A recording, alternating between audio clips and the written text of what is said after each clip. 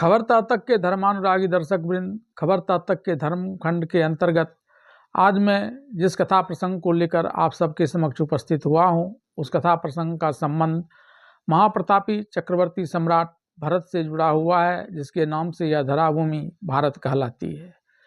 वह भरत जिसने 3 वर्ष तक अपनी माँ के गर्भ में रहने के पश्चात जब जन्म लिया, तो जन्म लेते ही उसने इस क्षेत्र को पूरी तरह से शांत क्षेत्र में तब्दील कर दिया। वह सिंह जैसे हिंसक पशुओं के भी जबड़े को खोलकर उसके दांतों को गिनता और उसमें लगे खून के धब्बों को देखता और उसे तब तक पीटते रहता जब तक कि वह हिंस्र भावना त्यागने या इस क्षेत्र को छोड़ने की बात न कह देता था। उसने उस क्षेत्र में मौत का पर्याय बन चुके एक राक्षस को भी पल भर में धूल चटा दी और उसके प्राण ले लिए। लेकिन वही भरत जब अपनी माँ शकुंतला के साथ अपने पिता दुष्यंत के यहाँ रहने के लिए गए, तब माता के कहने पर पिता दुष्यंत को प्रणाम करने के पश्चात जब उसके पिता दुर्वचन उसे लेकर उसकी माँ को तरह तरह की दुर्वचन कह रहे थे, व्यभिचारिणी बता रहे थे, तब भी यह शांत खड़ा था। उसकी तरफ से जो कुछ भी कहा जा रहा था वह उसकी माता शकुंतला के द्वारा ही धर्म के उदाहरण को देते हुए कहा जा रहा था। तथापि उसके पिता दुष्यंत उसे व्यभिचारिणी ही कह रहे थे। स्थिति यहाँ तक बिगड़ गई कि शकुंतला ने दुष्यंत के अधर्म पर चलने पर उसके सिर के 100 टुकड़े हो जाने और अपने इस पुत्र अरिमर्दन को महाप्रतापी चक्रवर्ती सम्राट होने की हर हाल में बात कहते हुए वहाँ से प्रस्थान करने का मन बना लिया था। लेकिन तभी अकस्मात ऐसी घटना घटती है कि जो दुष्यंत अभी तक उसे लेकर उसकी माँ को व्यभिचारिणी बता रहा था, वही दुष्यंत उसे अपने अंकों में भर लेते हैं और इसकी माता को भी अपनी पत्नी का दर्जा देते हुए राजमाता बना देते हैं। आज के इस प्रसंग में महाभारत के आधार पर मैं उन तमाम बातों को आपके समक्ष रखूंगा कि किस प्रकार से दुष्यंत की शकुंतला से शादी हुई, पुत्र अरिमर्दन जो बाद में भरत के नाम से जाना गया, उसकी उत्पत्ति हुई और उस दरबार में क्या क्या बातें हुई और वह कौन सी घटना थी जिसने दुष्यंत के मन में भारी परिवर्तन लाया और उसने भरत को भी अंगीकार कर लिया और उसकी माता शकुंतला को। महाभारत में वर्णित कथा के अनुसार एक बार महाराज दुष्यंत दुष्ट और हिंसक पशुओं का शिकार करने के लिए वन क्षेत्र में गए हुए थे। शिकार करने के क्रम में हिंसक पशुओं का पीछा करते हुए वे सघन वन में चले गए। बड़े बड़े पेड़ों और लता ध्रुवों वाले इस वन क्षेत्र में महाराज दुष्यंत रास्ता भटक गए। वापस राजधानी लौट आने के लिए मार्ग की तलाश करते हुए वे महर्षि कण्व के आश्रम में पहुंच गए। महर्षि कण्व के वहां नहीं रहने के कारण उनकी पुत्री के रूप में रह रही तपस्विनी शकुंतला ने जल लेकर महाराज दुष्यंत का आदर किया। तपस्विनी शकुंतला की सुंदरता से प्रभावित होकर महाराज दुष्यंत ने प्रणय निवेदन करते हुए शकुंतला से कहा कि उसे देखकर मेरे मन में रोमांस का अनुभव हो रहा है। मेरी आंखें छत्रानियों के अलावा अन्य किसी स्त्री को देखकर इस प्रकार से रोमांचित नहीं हो सकती है। यद्यपि राजा होने के कारण वे आर्ष विवाह से लेकर राक्षस विवाह तक के सभी 6 विवाह पद्धतियों के अनुसार विवाह करने के लिए स्वतंत्र हैं, लेकिन वह इस समय उनसे गंधर्व विवाह करना चाहते हैं क्योंकि इस समय उसके पिता तुल्य महर्षि कण्व वहाँ नहीं हैं और इन्हें राजधानी पहुँचने की जल्दीबाजी है। महर्षि कण्व की अनुपस्थिति बताते हुए शकुंतला ने महर्षि कण्व के आने तक विवाह को लेकर अपनी सहमति नहीं देने की बात कही। इस पर महाराज दुष्यंत ने शकुंतला से उसके माता पिता के बारे में पूछा, क्योंकि वे इस बात को जानते थे कि महर्षि कण्व ब्रह्मचारी हैं और इस कारण उनकी कोई पुत्री नहीं हो सकती है। तब शकुंतला ने अपने माता पिता के रूप में अप्सरा मेनका और महर्षि विश्वामित्र का नाम बताया। इस पर दुष्यंत ने शकुंतला से विश्वामित्र के क्षत्रिय होने की बात कहकर विवाह का पुनः प्रस्ताव रखा।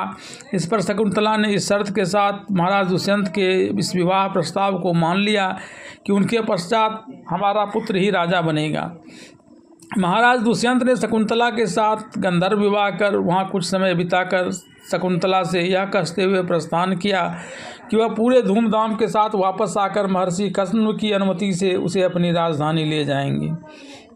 महर्षि कण्व के वापस आश्रम लौटने पर शकुंतला ने सचाते हुए महाराज दुष्यंत के साथ अपने गंधर्व विवाह की बात बताई। यह सुनकर महर्षि कण्व बहुत प्रसन्न हुए और उनकी संतान को प्रतापी होने का आशीर्वाद दिया। शकुंतला महाराज दुष्यंत के आने की प्रतीक्षा करती है, लेकिन महाराज दुष्यंत नहीं आते हैं। इस बीच शकुंतला ने एक शक्तिशाली तेजस्वी पुत्र को जन्म दिया। 3 वर्ष से भी कम उम्र की अवस्था में ही इस बालक ने इस क्षेत्र को हिंसक पशुओं और क्रूर राक्षसों के आतंक से मुक्त कर दिया था, जिस कारण इसका नाम अरिमर्दन पड़ा था। शकुंतला पुत्र अरिमर्दन जब 3 वर्ष का हो गया तब महर्षि कण्व ने यह कहते हुए शकुंतला से अपने पुत्र अरिमर्दन के साथ महाराज दुष्यंत के पास जाने की बात कही कि अब उनके लिए दुष्यंत के पास जाना ही धर्म संगत है। यह कहकर उन्होंने अपने कुछ शिष्यों को शकुंतला और उसके पुत्र अरिमर्दन को महाराज दुष्यंत के दरबार तक पहुंचाकर लौट आने के लिए कहा। महाराज दुष्यंत के वहां पहुंचकर शकुंतला ने अपने आगमन की सूचना दी। अनुमति लेकर बाल सूर्य के समान तेजस्वी अपने पुत्र अरिमर्दन के साथ राज्यसभा में प्रविष्ट हुई और महाराज के प्रति सम्मान का भाव प्रकट करते हुए अपने पुत्र अरिमर्दन से कहा, बेटा, दृढ़तापूर्वक उत्तम व्रत का पालन करने वाले यह महाराज तुम्हारे पिता हैं, इन्हें प्रणाम करो।